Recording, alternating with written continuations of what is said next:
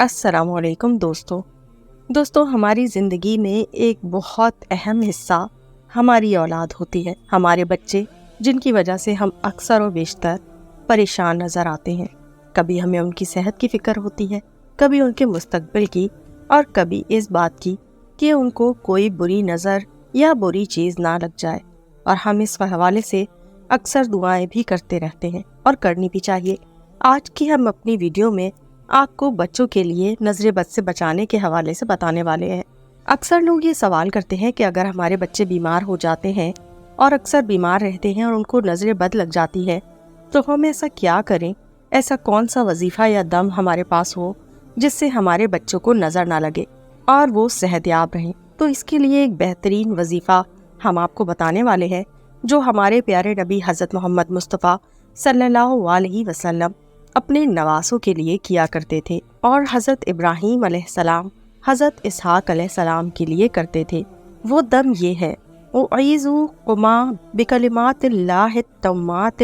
کل شیطان وہامۃ ومن کل عین لامۃ۔ ترجمہ: میں تمہارے لیے پناہ مانگتا ہوں اللہ کے پورے کلمات کے ذریعے ہر شیطان اور زہریلے جانور سے،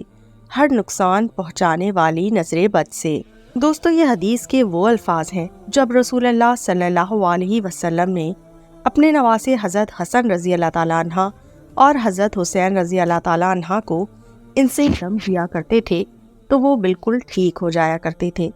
تو یہ بات حدیث سے ثابت ہے۔ اگر آپ کے بچے بیمار ہوتے ہوں یا ان کو کسی بھی طرح کی نظر بد لگ جاتی ہو تو آپ کسی اور ٹونے ٹوٹکے میں پڑنے کے بجائے آپ صلی اللہ علیہ وسلم کے کلمات کا سہارا لیجئے اور اپنے بچوں پر دم کیجئے، کیونکہ اس طرح سے آپ سنت پر بھی عمل کریں گے اور آپ کے بچے بھی ہر بری بد نظری سے محفوظ ہو جائیں گے۔ اگر بچے کو کوئی اور بیماری ہو تو اس کو یہ دم کیا جائے اور ساتھ الحمد شریف کو بھی پڑھ کر اس پر دم کیا جائے تو وہ انشاءاللہ صحت یاب ہو جاتا ہے۔ ہماری دعا ہے کہ اللہ تعالیٰ سب کی اولادوں کو ہر بد نظری سے اور ہر قسم کی بری برائیوں سے محفوظ رکھے۔ اور اس کے علاوہ اگر ہم اپنے اعمال میں، اگر ہم اپنے رہن سہن میں اس چیز کا خاص خیال رکھیں کہ ہم اپنے کام میں کیا کر رہے ہیں تو بھی ہمارا گھر اور ہماری اولاد ہر طرح کے برائیوں سے اور بد نظریوں سے محفوظ رہ سکتے ہیں۔ ہمیں چاہیے کہ ہم اپنے افکار اور غم کی کثرت میں لا الہ الا اللہ کا ورد کریں، زیادہ سے زیادہ استغفار کیا کریں، کیونکہ کہا جاتا ہے کہ استغفار کا ورد تمام پریشانیوں کو دور کر دیتا ہے اور ہر طرح کی مشکل کو دور کر کے گھر میں کثرت و آسانی لے کر آتا ہے۔ اور لا الہ الا اللہ کو کبھی غم یا پریشانی میں اگر مسلسل پڑھا جائے تو اس سے آپ کے دل کو اطمینان محسوس ہوتا ہے